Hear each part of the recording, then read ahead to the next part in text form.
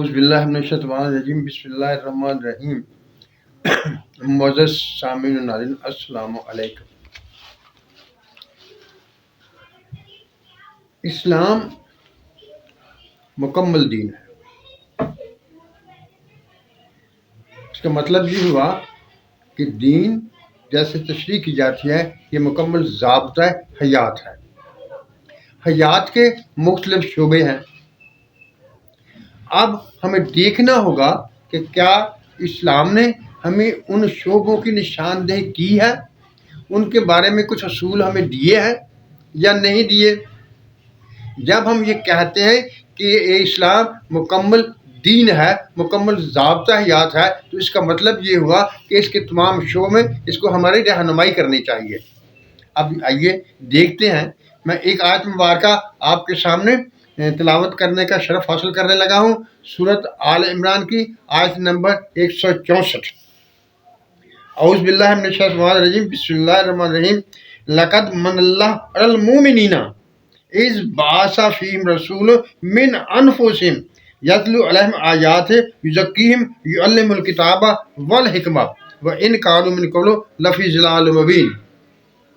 اللہ تعالیٰ نے مومنین پر احسان کیا جب انہی میں سے رسول بھیجا جو یتلو علیہم آیاتی، جو اللہ تعالیٰ کی نشانیاں ان کو بتاتا ہے، وہ یزکیہم انہیں پاک کرتا ہے، یعلمہم الکتاب انہیں کتاب سکھاتا ہے اور حکمت سکھاتا ہے، وَإِن كَانُوا مِن قَبْلُ لَفِي ضَلَالٍ مُبِينٍ، اور اس سے پہلے وہ سری کھلی گمراہی میں تھے۔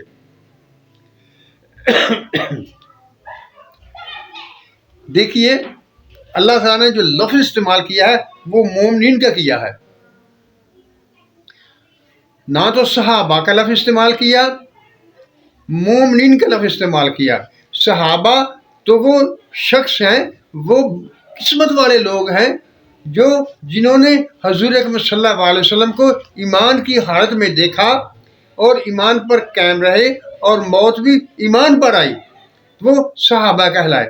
لیکن یہاں جو لفظ اللہ نے استعمال کیا ہے وہ مومنین کا لفظ ہے۔ مومن تا قیامت رہیں گے، تا قیامت آتے رہیں گے، یعنی اللہ تعالیٰ یہ بات فرما رہے ہیں کہ اللہ تعالیٰ نے مومنین پر احسان کیا ہے۔ اب میں نے اس بات کی طرف نہیں جانا احسان کرنا کیا ہوتا ہے، اچھا ہوتا ہے نہیں اچھا ہوتا، کیا ہوتا ہے، علماء کرام نے تشریح کی ہے، لیکن میرا اس سے کوئی مقصد نہیں ہے۔ ایسی باتیں وہ ہمارے دین کے سمجھنے کے نہیں ہیں، وہ اپنی علمیت کو ظاہر کرنے کے لیے بیان کرتے وہ کرتے رہے۔ یعنی اللہ تعالیٰ نے مومنین پر احسان کیا، تا قیامت کے مومنین پر احسان کیا کہ انہی میں سے ایک رسول بھیج دیا جو کیا کرتا ہے، یتلو علیہم آیات ہی، اس کی نشانیاں۔ اب یہاں آیات ہی بڑا مسئلہ ہے۔ علماء کرام ہمیں بتاتے ہیں کہ آیات یہ قرآن کی آیات ہیں۔ بھائی یہ دیکھو آگے اللہ تعالیٰ نے پھر ارشاد فرمایا یعلمہم الکتاب، انہیں کتاب سکھاتا ہے۔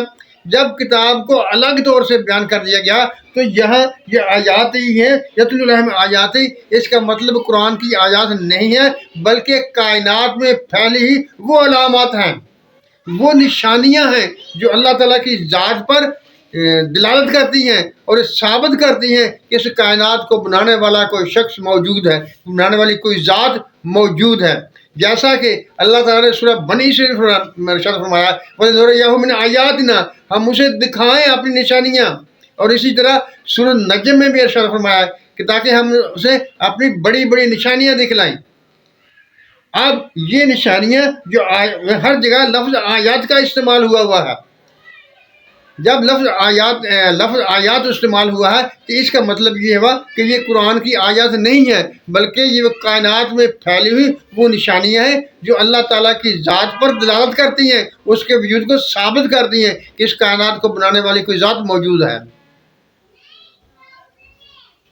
وَيُزَكِّيهِمْ، اور انہیں پاک کرتا ہے۔ کس سے پاک کرتا ہے؟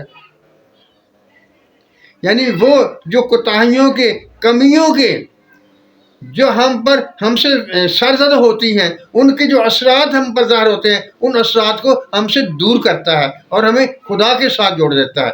وہ رسول رحمت جسے اللہ تعالیٰ نے ارشاد فرمایا وَمَا أَرْسَلْنَاكَ إِلَّا رَحْمَةً لِلْعَالَمِينَ، یعنی ہم نے تجھے، تیری ذات کو، تیرے جسم کو، تیرے ہونے کو اس کائنات کے لیے رحمت بنا دیا ہے۔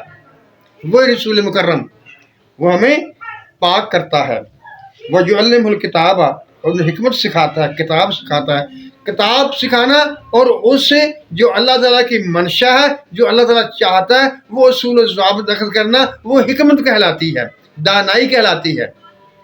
لفظ تو ایک سے ہوتے ہیں، وہ استعمال ہوتے ہیں، ان کو سیاق و سباق میں رکھ کر دیکھنا اور ان سے اللہ کی منشا تک پہنچنے کی کوشش کرنا جو ہے وہ حکمت کہلاتا ہے۔ دیکھیے، میں ایک اور بات کرنے لگا ہوں یہاں، یتلو علیاتی، اس کا جو مطلب میں سمجھ رہا ہوں وہ بھی میں آپ کے سامنے رکھ دیتا ہوں۔ اس کا مطلب وہ سائنسی علوم ہے، وہ سائنسی علوم ہیں جس سے ہم کائنات کے بننے کو، اس کے عمل کو اور اس کی ترقی کو جانتے ہیں، وہ آیات ہیں۔ جیسا کہ جب آدم علیہ السلام کا مقابلہ بھی ہوا تھا تو وہ بھی اسماء تھے۔ کس کی اسماء؟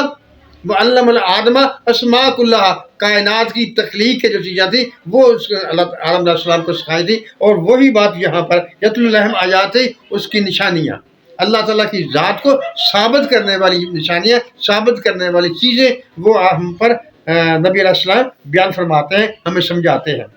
یہ ایک پہلو ہو گیا، یعنی سائنس کا علم ایک پہلو ہو گیا، اور یہ ایک مکمل ضابطہ ہے اور ایک ادارہ ہے جسے ہم محکمہ تعلیم بھی کہتے ہیں۔ اور اسی طرح یقین اور انہیں پاک کرتا ہے، یہ وہ ذکر اذکار کی محفلیں ہیں جہاں ہم اللہ تعالیٰ کے مبارک اسماء کے ذریعے سے اپنے آپ کو بلند درجہ کرتے ہیں، اپنے آپ کو اس گہرائی سے اٹھا کر اوپر لے کر آتے ہیں۔ اور اسی طرح قرآن شریف کی تعلیم دینا، یہ بھی نبی کے فرائض میں شامل ہے، اور یہی علماء کرام کی ڈیوٹی بھی ہے۔ اور اس سے مسائل کو اخذ کرنا جو کہ حکمت کہلاتا ہے، وہ بھی اسی میں سے نکلتا ہے۔ یعنی یہ چار محکمے ہو گئے، تعلیم کا محکمہ ہو گیا، تزکیے کا محکمہ ہو گیا، تدریس کا محکمہ ہو گیا، اور اس سے دانائی اخذ کرنا، مسائل کو اخذ کرنا، یہ سارے محکمے ہو گئے جو کہ کائنات میں مسلمانوں کی کامیابی کے لیے ضروری ہیں۔ ہم کیوں دنیا سے پیچھے ہیں؟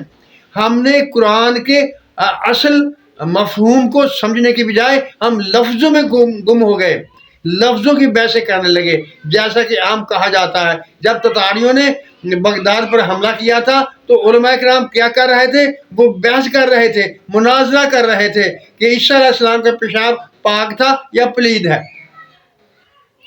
ہم بے مقصد باتوں میں پڑ گئے، فرقہ بازی میں پڑ گئے، جس کا ہمیں کوئی فائدہ نہیں ہے۔ ہمیں ان فرقوں سے جان چھڑانی ہوگی اور محنت کر کے خدا تعالیٰ کے رازوں کو جاننا ہوگا۔ اگر ہم خدا تعالیٰ کے رازوں کو جانیں گے تو ہی دنیا میں ہم ایک بلند مقام حاصل کر سکیں گے۔ فرقوں میں نہیں پڑھنا میرے بھائیوں، فرقوں میں نہیں پڑھنا۔ جب فرقوں میں پڑھیں گے اپنی توانائیاں ضائع کریں گے اور اصل مقصد سے دور ہٹ جائیں گے۔ معزز ناظرین سامعین، اللہ تعالیٰ ہماری کمیوں کوتاہیوں کو معاف فرماوے، ہمیں سچ بولنے، سچ سننے اور سچ پر قائم رہنے کی توفیق عطا فرمائے۔ آمین۔ اللہ حافظ۔